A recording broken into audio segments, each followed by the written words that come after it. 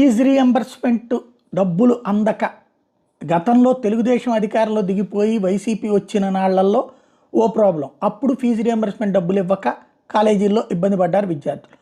ఇప్పుడు జగన్ ప్రభుత్వం దిగిపోయిన తర్వాత కూడా సేమ్ ప్రాబ్లం. అయితే దీని మీద జగన్ స్పందించుకొచ్చారు. చంద్రబాబు గారి కూటమి ప్రభుత్వం విద్యార్థుల జీవితాలతో చెలగాటమాడుతోంది. 3 త్రైమాసికాలుగా ఫీజు రీఎంబర్స్మెంట్ డబ్బులను పిల్లల చదువులను చెల్లించకపోవడంతో చదువులు మానుకోవాల్సిన పరిస్థితులు వచ్చినాయి.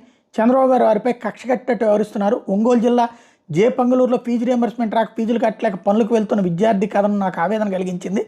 చంద్రబాబు గారు రాగానే అన్ని రంగాల్లో తిరోగమనమే కనిపిస్తోంది.